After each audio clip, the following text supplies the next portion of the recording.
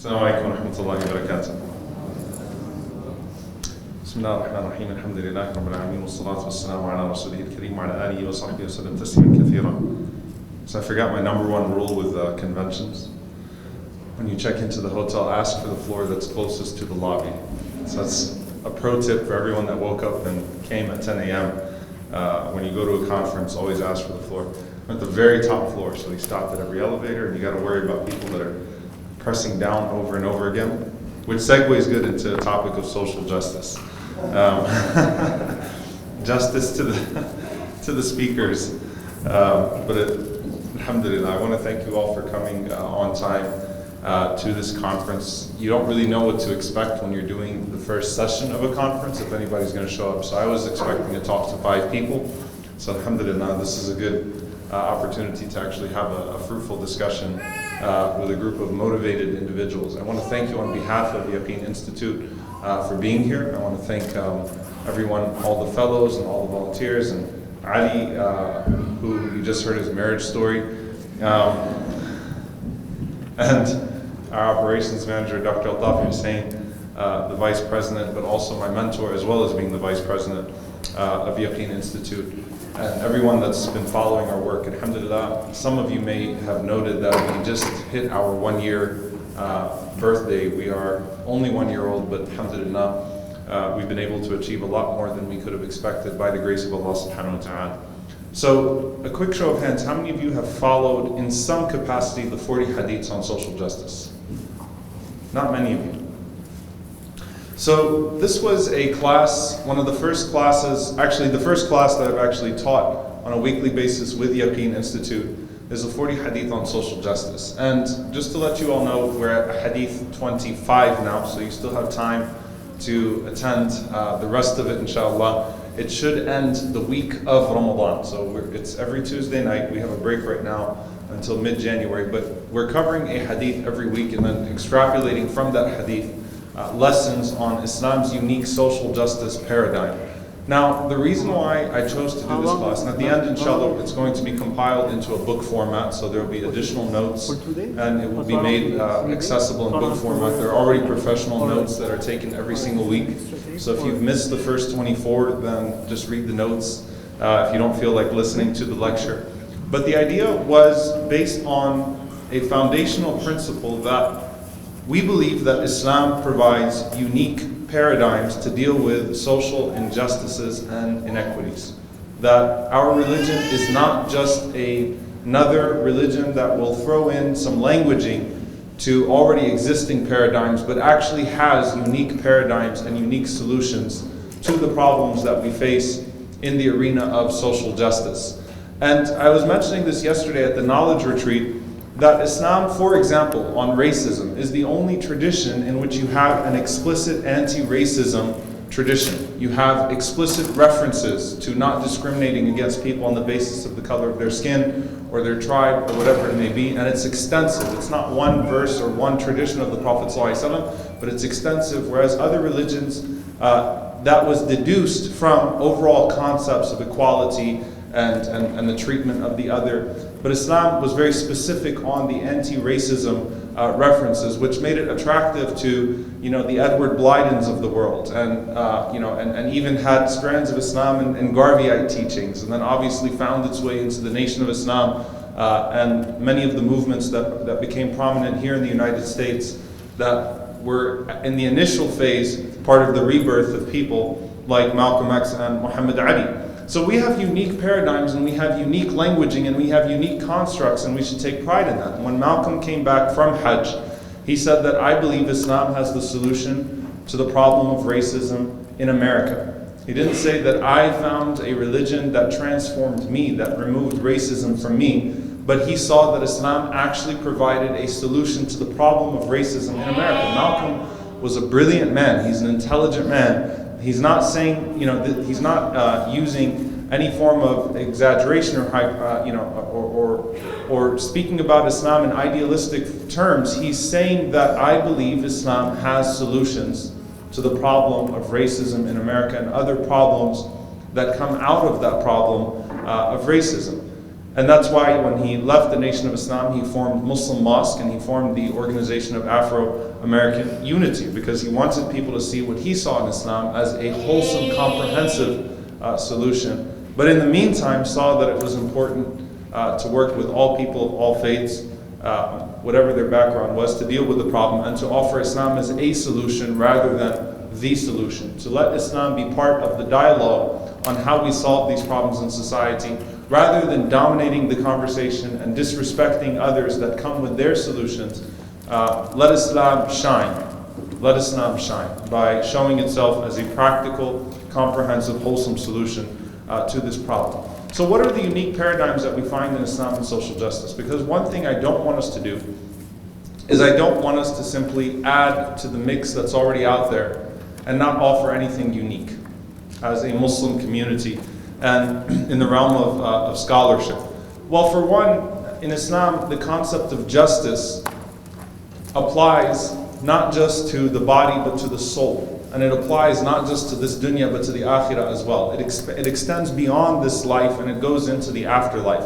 The presence of the hereafter is core to our understanding of justice. Why? Because the first rule on the Day of Judgment is La dhulm al-yawm. There is no injustice today. That does not force the one who is being wronged to acquiesce, but it allows for the one who is being wronged to have something to look forward to, even if justice is not served in this world. So the presence of the akhirah, the presence of the hereafter, is a unique factor in how we discuss justice as a whole. That this world is not meant to be a place of fairness. That doesn't mean we don't strive for it. That doesn't mean that we fall into the disease of using religion to temper calls for justice or to quiet those calls. But what it does mean is that we always have hope in Allah subhanahu wa ta'ala, and we do believe that there is an eventual rectification of all of the wrongs that are done in this world. Also, in Islam, we do believe in timeless principles, that the language of jurisprudence often changes, that sometimes necessities make things that are ordinarily prohibited permitted in certain circumstances. But at the end of the day, that the prophets came with timeless principles, that at the core, the message of Isa alayhi salam, the message of Jesus, peace be upon him, was at its core the same message as the message of Muhammad sallallahu alaihi wasallam and the same message of Musa alayhi salam, and whatever it may be. There's a distinction, many scholars have spoken about the attempt to pit Malcolm and Martin against each other in regards to their ideologies, to present Martin Luther King Jr. as the sanitized, controlled civil rights activist that we could tolerate, and Malcolm as the radical that we have to excommunicate, and putting them on these opposing ends. Whereas if you look at Martin Luther King Jr. in his last few years, you find a man that had adopted many of Malcolm's notions.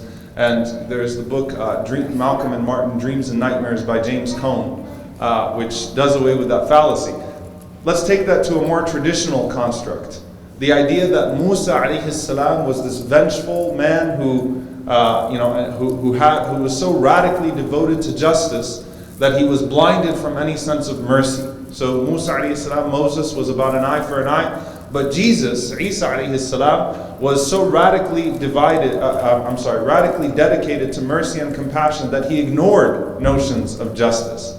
So Musa alayhi salam is portrayed as angry, Isa alayhi salam is portrayed as ever loving and ever caring, but Isa alayhi salam got into trouble because of his dedication to justice as much as his dedication to theology.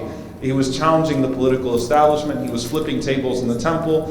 You could hear you could read the remnants of his speeches, whatever amongst it is authentic or not. When he spoke in Jerusalem, when he spoke in Al-Quds, he challenged everybody, and he was very aggressive in his challenging. But there are notions that have been fed to us that always conveniently put people in the places of heroes and villains, in accordance with how much we feel like we can appropriate so that we can perpetuate systems of injustice, either theologically or politically. So that was done with the prophets of Allah, and it's done with our figures even in the 20th century today. So the prophets have timeless principles, and we believe that we can extract those principles from the Prophet ﷺ and from the messages of the prophets that came before him. So the question becomes, does Islam really have any unique paradigms in regards to social justice?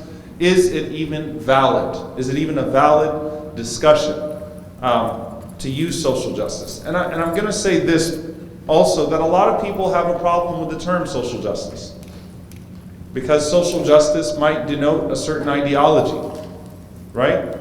And my response to that is that the Prophet ﷺ took things that were good at their face value, terms, mottos, slogans, but he rectified the internal mechanics and the mechanisms to be derived from that to where they were sound. So for example, when the Prophet ﷺ said, "Unsur akhaka waliman wa madhlum," help your brother whether he's oppressed or whether he's an oppressor.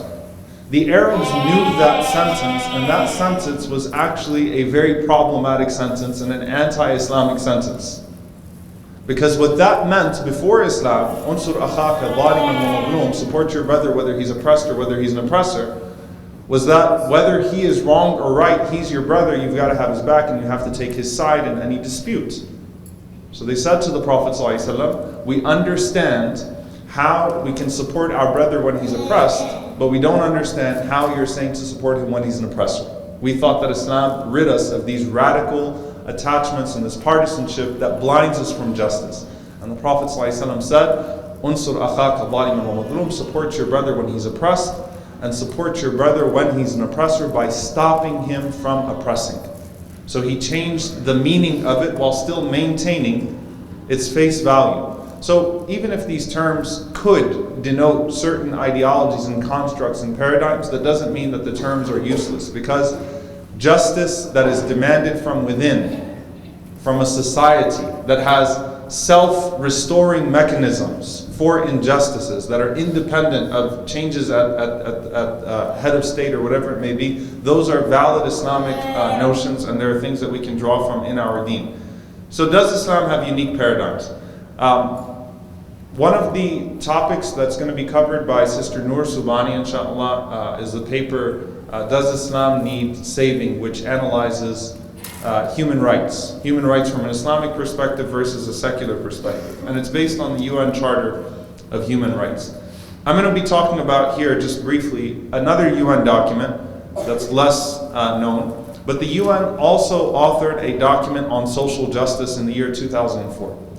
So it was actually titled Social Justice in an Open World, the Role of the United Nations. Social Justice in an Open World, the Role of the United Nations. And from the introduction, it was very clear that what was most dominant in the discussion of social justice was economic injustice. Now, is there any deen, any religion in the world as strict on economic transaction as the religion of Islam? No. And Islam rooted all of its prohibitions and permissions in economic transaction in the concept of justice. So when usury, riba, is discussed and its prohibition, it's because of the injustice, the inherent injustice of riba, of gharar, which is an overuse of speculation used to exploit people, which is used usually in insurance contracts and things of that sort. So the strictness of Islam on the soundness of an economic transaction is always rooted in a sense of justice. Not man ghasha falaysa minna, whoever deceives is not from amongst us. That if you're selling a product, you don't put the rotten part in a way that it's hidden, and only put the useful looking part of the grain. That you should always disclose what the flaws of your product are, so that you're not wronging the person that you're selling to. That you don't make false oaths when you're buying and selling. Most of Islam's discussion on adl, in our day-to-day, on justice in our day-to-day, also deals with economics. So I'm going to read to you the first couple of paragraphs. It's literally the introduction of the UN's document on social justice. It says, "The rise in inequality in the distribution of income among people is well documented and displays the characteristics of a trend having affected large numbers of countries, from the poorest to the most affluent, during the past 2 decades. Up to the 1980s, at least since the Second World War, and in some cases since the beginning of the 20th century, there had been a general narrowing of differences in the income available to individuals and families, income-related inequalities, notably in the ownership of capital and other assets, in access to a variety of services and benefits, and in the personal security that money can buy, are growing. There is also greater inequality in the distribution of opportunities for employment, with worsening unemployment and underemployment in various parts of the world, affecting a disproportionate number of people at the lower end of the socio-economic scale. Okay, this is long, so I'm just going to go all the way down to the beginning of this introduction. The role of the United Nations, the rise in poverty in all its manifestations, the rise of poverty in all its manifestations, along with the increase in the number of refugees, displaced persons, and other victims of circumstances and social justice in an open world. The role of the United Nations Abuse Council represents sufficient evidence for a judgment of persistent, if not growing, injustice in the world. That's a lot of words, and I read it very quickly, and I actually skipped a lot. The point being that the majority of what was addressed was economic injustice, and how that leads to exploitation, leads to the growing number of displaced people, either in the form of homeless people within a nation or refugees that are sent elsewhere. But it does have a common factor. Now, when you think income equality, what ideology do you think of? Be honest. Some of you whispered it. It's not capitalism. You think socialism. So are we just really trying to add Islamic languaging to a Marxist philosophy to socialism? Is Islam socialist? Some of you are like, yeah, you drank too much of the Bernie stuff. No, it's not. Bernie's good. I like Bernie. I'm just messing around. But look, this is precisely why we have to actually dissect these things at a deeper level. How many of you have heard of George Galloway? The guy that rants on Palestine, but is horrible on Syria. But he's someone that's spoken frequently in the Islamic circuits. He actually said, this is one of the things, he said that Islam and Marxism or socialism, they're the same except for the question of the existence of God. I completely disagree with that. Why? First and foremost, socialism is a complete understanding and ideology. Islam, too, is a complete understanding and ideology, so there's no way that they're going to have complete congruence. There are going to be natural contradictions in the way that those things function, starting with obviously the belief in Tawheed, the belief in God, and the belief in divine revelation that is ultimate in its governance. But at the economic level, does Islam believe in distributive justice? Does Islam believe in that? Yes. But Islam also values personal incentive. Islam also values property rights while dealing with issues of exploitation. So it doesn't completely call for income equality as it's understood by that ideology. It certainly does not support greedy capitalism, but at the same time, Islam, while encouraging personal incentive, has mechanisms for dealing with exploitation. So does Islam believe in total income equality? No, but it does believe in human equality in the sense of inherent value and access to state. Inherent value of every individual and access to state. So, inna akramakum indallahi atqakum. The most noble of you in the sight of Allah is the one who is most pious. And every single person has access to means of acquiring justice and attaining justice in Islam. Whether it's the head, whether it's the ruler himself, or the lowest of low, even a prisoner of war, even someone that was hostile to the state has certain rights that cannot be denied by anybody else. So Islam doesn't believe in income equality, but it does believe in human equality in that sense. Okay? So the society of the Prophet ﷺ, and this is what I'm trying to get at, could allow for Abdurrahman ibn Auf while doing away with the greed that could plague Abdurrahman ibn Auf. Abdurrahman ibn Auf, the man who was so rich and so wealthy that when he came back to Medina with his caravans, people would think that they were being placed under siege. Islam had that, where that could happen, where a man like that could get that rich. But Islam also has many mechanisms to make sure that Abdurrahman ibn Auf radiallahu ta'ala anhu, a person like Abdurrahman ibn Auf, is both spiritually humbled and controlled in the sense that he cannot exploit or allow his greed to make him unjust, that he has to earn that in a halal way. And there's the spiritual checks, which are, Abdurrahman ibn Auf, making tawaf, and every one of his tawafs asking Allah subhanahu wa ta'ala to protect him from a shuh, to protect him from greed. Hearing the Prophet ﷺ saying that Abdurrahman ibn Auf was crawling into Jannah in a humble way, as opposed to, even though he's from the 10 promised paradise, but it's not that easy for you. Just because you have prosperity in this world doesn't mean you have prosperity in the hereafter. So you have to check yourself to actually have prosperity in the hereafter. Not simply telling Abdurrahman ibn Auf, you know what, you're rich because Allah loves you, and just keep getting rich but keep on supporting us. No, actually instilling a sense of humility and checking Abdurrahman ibn Auf. So it allows for, and this is what I'm trying to get at from a social justice perspective, Islam at a societal level could produce Abdurrahman ibn Auf without the greed, and it could also produce Abu Hurairah without the humiliation. Abu Hurairah radiallahu ta'ala anhu was a homeless man. He was very poor. He was very hungry.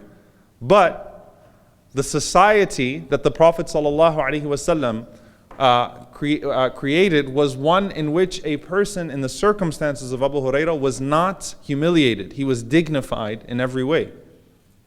So he didn't have to lose his dignity in the process of his poverty. And there are many ahadith about that, where the Prophet ﷺ notices him hungry before he even asks to be fed. The Prophet ﷺ takes him in and makes sure that he's properly taken care of before he even says anything to the Prophet ﷺ.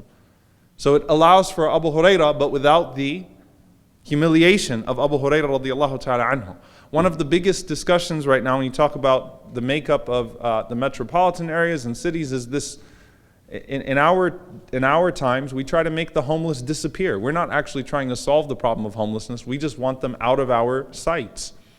If I've earned enough to live in a nice house and in a nice neighborhood, I don't want to see homeless people around me.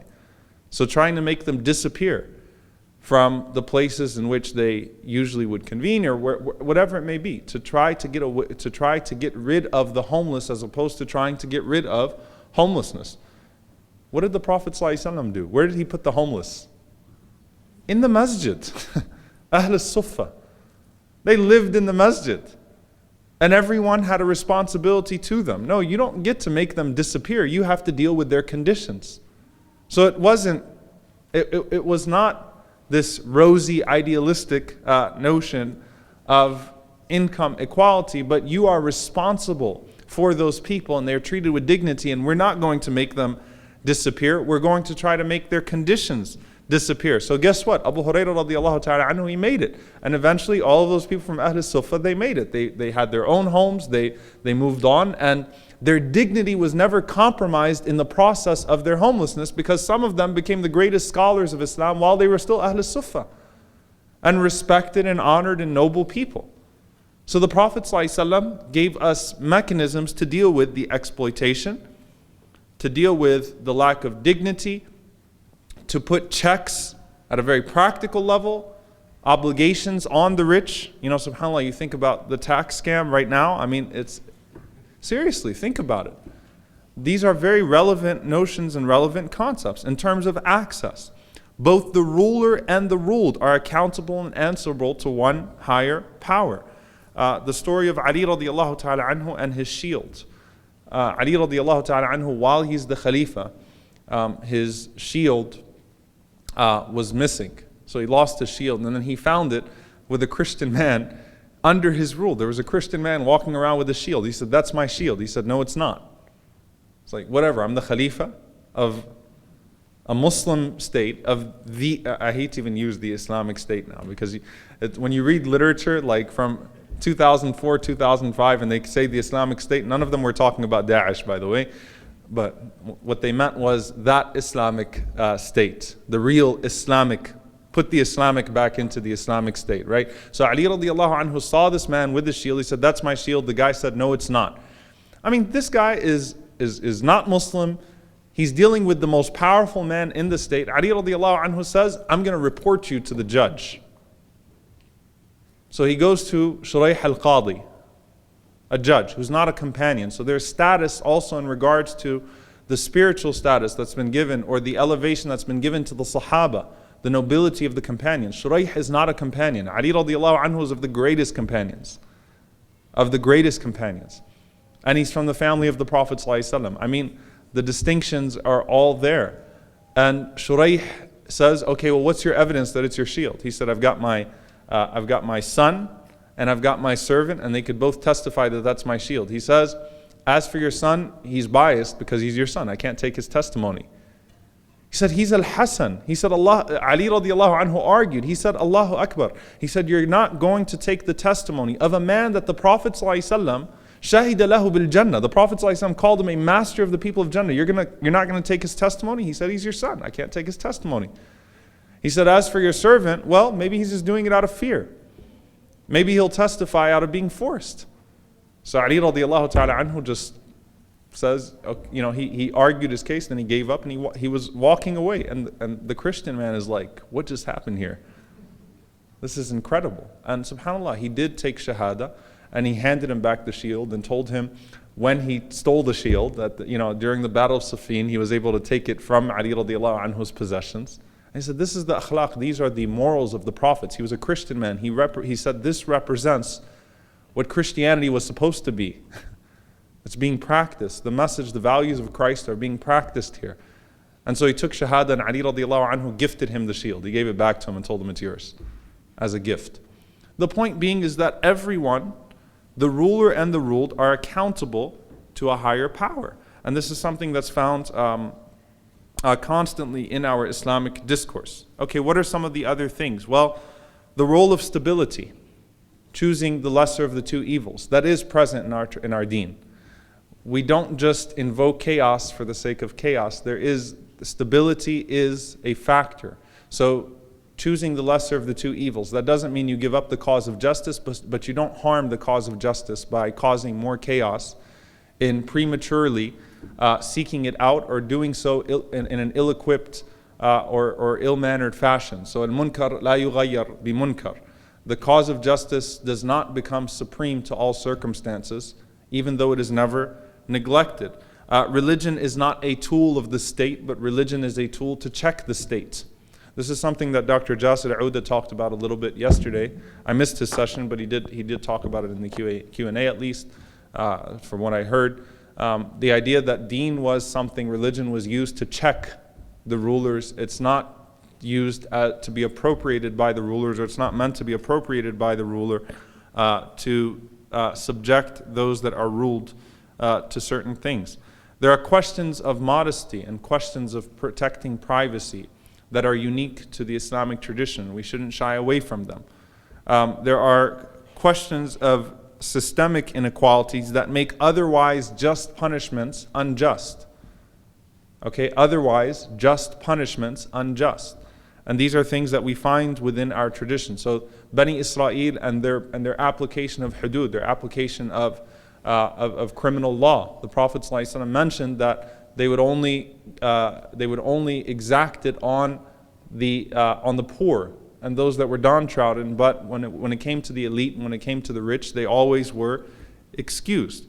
So if that's the case, it shouldn't be applied in the first place if you're not going to apply it in a way that's truly equitable, that takes into consideration circumstances. Like in the case of Umar radiallahu ta'ala anhu, when he lifted the had, when he lifted the punishment for theft during a time of famine. So it doesn't take into consideration status, doesn't take into consideration, or does take into consideration circumstances of people.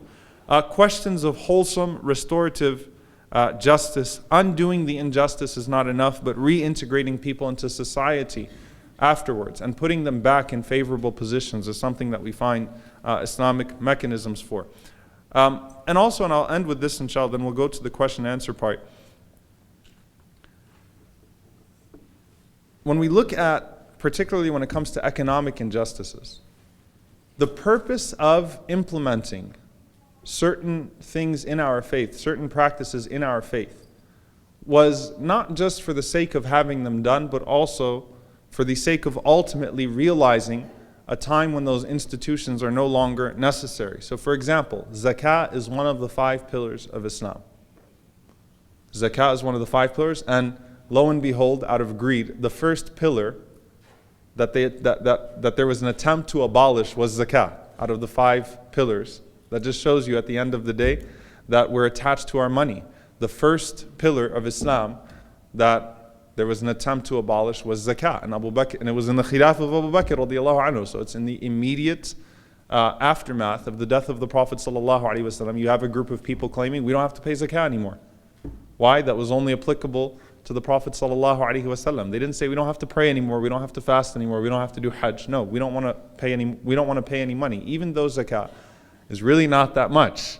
But at the end of the day, إن الإنسان لربه لكنود وإنه على ذلك لشهيد وإنه لحب الخير لشديد. Allah mentions a violent attachment that man has to his wealth. So every penny, every dirham, we will scrap for it, and we will try to make sure that we're able to claim as much as we possibly can. So Zakah is a part of our faith. It's the first attempt was to abolish Zakah from our faith. And Zakah does not go to a foreign entity with no impact on the average man. If you look at many other religions at the institutional level, the income deductions from a person, from the faithful follower, go to to the state, or go to the church, or go to this institution. In the case of Zakah, the Prophet ﷺ said, take from their rich and give to their poor. So don't even take it out of the city if you can, when he sent Mu'adh radiallahu ta'ala anhu to Yemen. It's also an institution that ideally doesn't have to exist if wholesome justice is sought. This is an interesting concept here. It's one of the pillars of our deen. But in the time of Umar ibn Abdul Aziz rahimahullah, he couldn't find anyone to accept Zakah anymore in Africa, in the entire continent of Africa, or what part of it was Muslim and under his rule, because of the amount of justice that he brought to the system itself. Because poverty usually is a man-made disaster. It's a result of injustice. So because of all of the checks that Umar radiallahu ta'ala anhu put into the system, his zakah collector came back from Africa and said, I can't find anyone to give zakah to. The Prophet ﷺ mentioned the time of Isa alayhi salam, the return of Jesus, peace be upon him, that in the return of Isa alayhi salam would find no one left to give zakah to, because the goal still remains to end poverty. The goal still remains to end poverty to where that's not even a necessary mechanism. The Prophet ﷺ also mentioned yada'ul jizya, that he would do away with the jizya, for example, which traditionally is the tax that would be paid by able military men under an Islamic state. The Prophet ﷺ said Isa Islam would abolish that. In another narration, he said, Yada'ul harb, he would abolish war, which means jizya would not be necessary. There would be no necessary collection of that in the abolishing of war. So ideally, that's what you seek in this case of Isa alayhi salam. So the point being here is that Islam, does obviously offer unique paradigms and constructs. Some of them make assumptions that there's the presence of a state, which has been the case throughout our history until recent history. That's why you have in fiqh, ahkam al-sultaniyah, the rulings that are determined at the state level. But at the same time, we can develop our paradigms in a way, or we can develop on these paradigms that have been given to us in a way that we can start to really deal with the social ills that we have in our own society. And that's the attempt, inshallah ta'ala, that we're making in this class, 40 hadith on social justice. So make dua for its success. I hope that there was something of benefit in what I shared today. May Allah subhanahu wa ta'ala accept if there was, and may Allah forgive me for any shortcomings. Allahumma ameen. Jazakumullahu khairan. Wassalamu alaikum wa rahmatullahi wa barakatuh.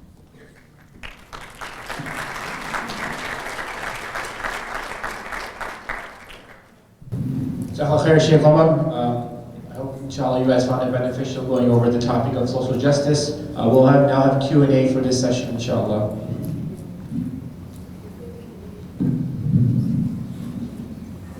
You mentioned the contradiction between Islam and Marxism, what about Islam and liberalism? Every ism has a contradiction with Islam at an ideological level, no matter what that ism is.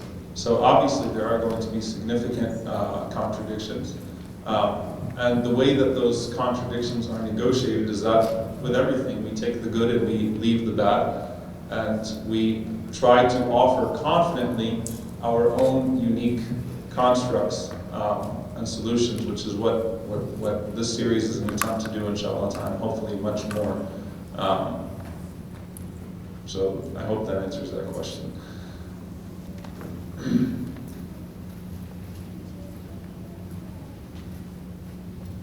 Okay, how do the actions of khulafa of confiscating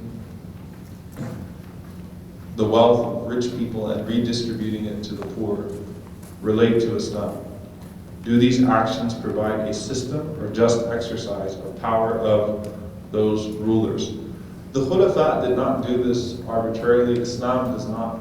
This isn't about, it's not like when the Khalifa sees someone getting a little bit too rich, he goes to him and says, give me your money, takes it and then redistributes it to the poor. There are equations, there is zakah, there are spiritual checks, there's the admonishing of the rich. There are the rules that exploitation of the poor and that command society to dignify the poor. So that was the point that I was trying to make in regards to the difference that the society of the Prophet ﷺ could give way to Abdurrahman ibn Auf and Abu Hurairah. May Allah be pleased with them both, with their circumstances, without any one of them being less dignified as a result of their circumstances. So there was no arbitrary, or there wasn't a confiscation of wealth. There is some level of redistribution, obviously, but not one that's unjust to a person who's earning in a halal way. There is personal incentive in Islam, and that's the point that I was making as well.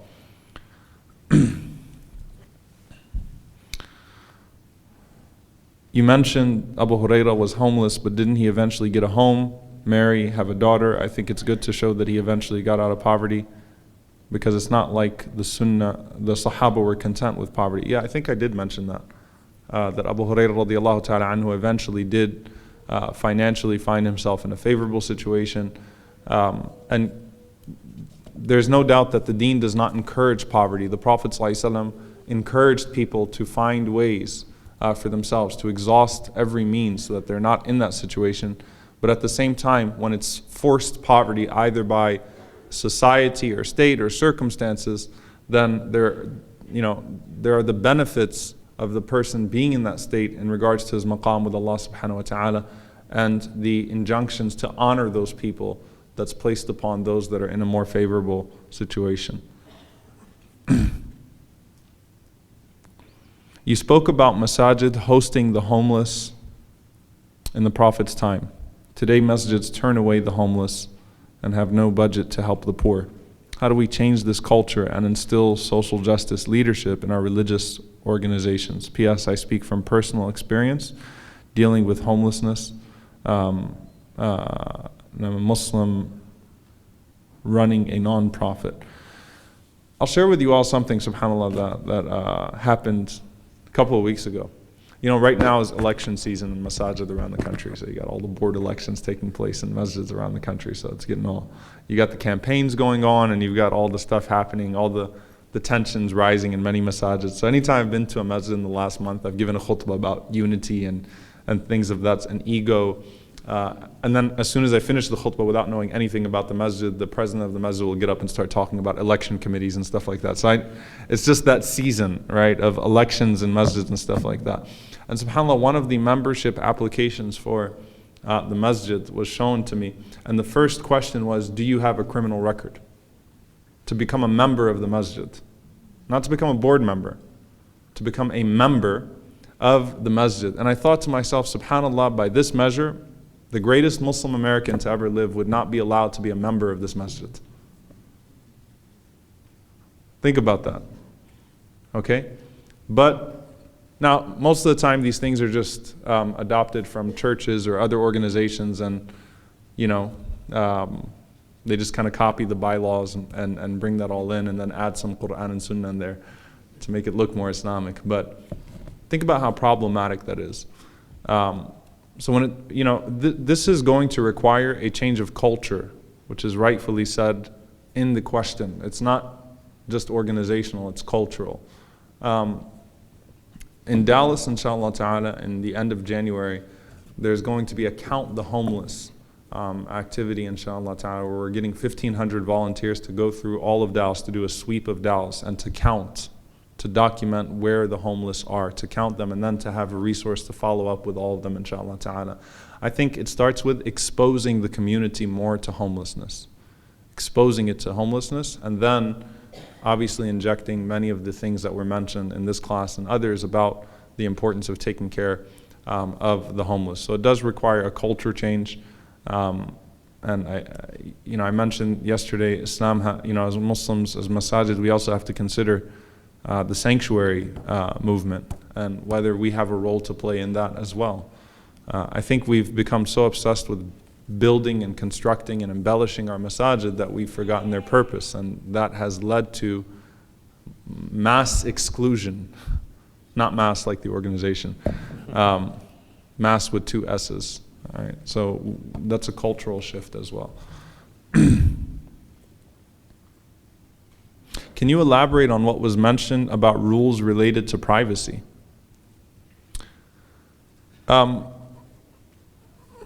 There are many things to mention. The Prophet ﷺ prohibited spying. So that's, and he actually was very strict on the prohibition of spying on people's private lives in order to collect on them. Umar ibn Khattab radiallahu ta'ala anhu, one time when he was walking the streets doing his night patrols, he heard a woman singing, and he heard some music, and he heard a man saying some things. So he was so tall, radiallahu ta'ala anhu, that he literally just looked over the wall. He didn't even have to step on anything. And he saw an elderly man with a prostitute.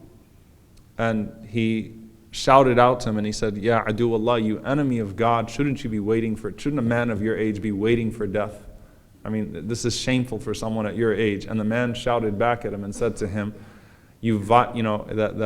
fear Allah, you violated my privacy, and you didn't have the right to look over my wall. Umar radiallahu ta'ala anhu literally walked away, started crying, didn't do anything about it. He saw him sometime after, and he went up to him and he whispered in his ear and he said, I just wanted you to know I never told anyone about what I saw that night. He said, Abdullah bin Mas'ud was with me that day and I didn't tell him what I saw that night. And the man told Umar radiallahu ta'ala anhu, he said, I want you to know that I never returned to those sins after that night. I never returned to any of those sins after that night. And Umar radiallahu anhu shouted, Allahu Akbar, in his loud voice. And everyone kind of looked at him funny and didn't know why he just shouted Allahu Akbar. And he didn't say why. And subhanAllah was the man that later on shared that experience with Umar radiallahu ta'ala anhu. So these also come into our notions of justice and protection of privacy and modesty and things of that sort. So they are unique, certainly, to Islam, and we should draw upon them, inshallah, as much as we can.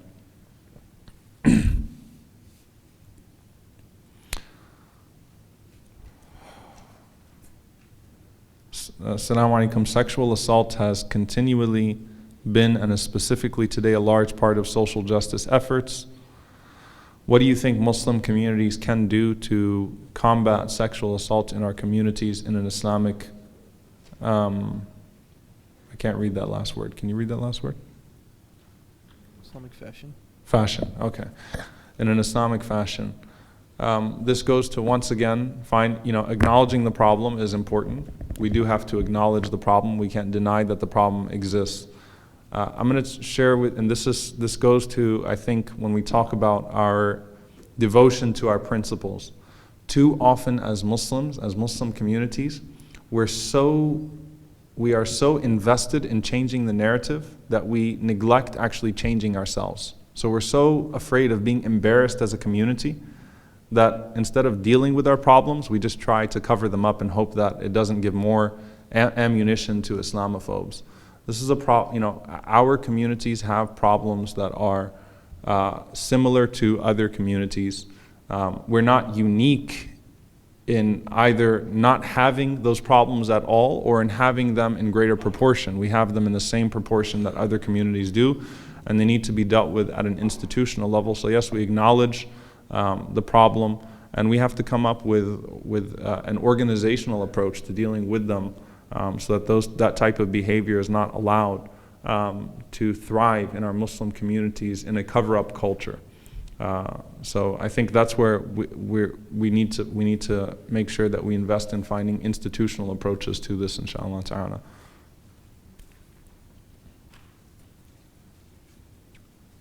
I don't know if you use if this is the same person who asked this question. Sexual assault has become an important and major social justice issue in our communities and nation. What is true Islamic way of protecting the victim in cases of allegations, and how do you think our ummah can do better in supporting victims? I think that this is when it comes to finding, where's Dr. Brown? Just walked in. He just wrote something on due process, protecting the victim when allegations are made, and how to balance that out, inshallah ta'ala. So what's the name of that article, Dr. Brown?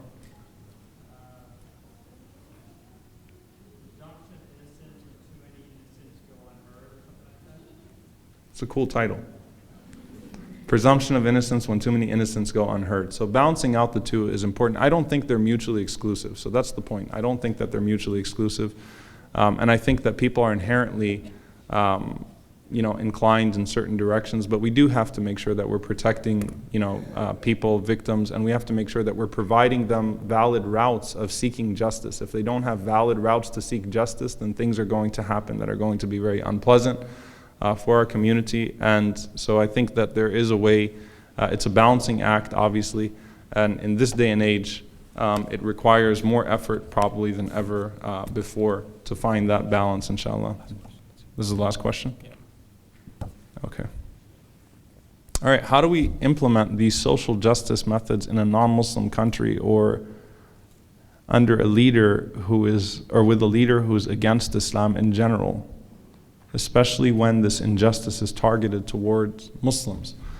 This is the hadith of the Prophet ﷺ. مَنْ رَأَى مِنْكُمْ مُنْكَرْ فَلْيُغَيِّرْهُ بِيَدِهِ. Whoever amongst you sees an evil, he should change it with his hand. If he can't change it with his hand, let him speak against it. And if he can't say anything, then let him hate it in his heart, and that's the weakest of iman.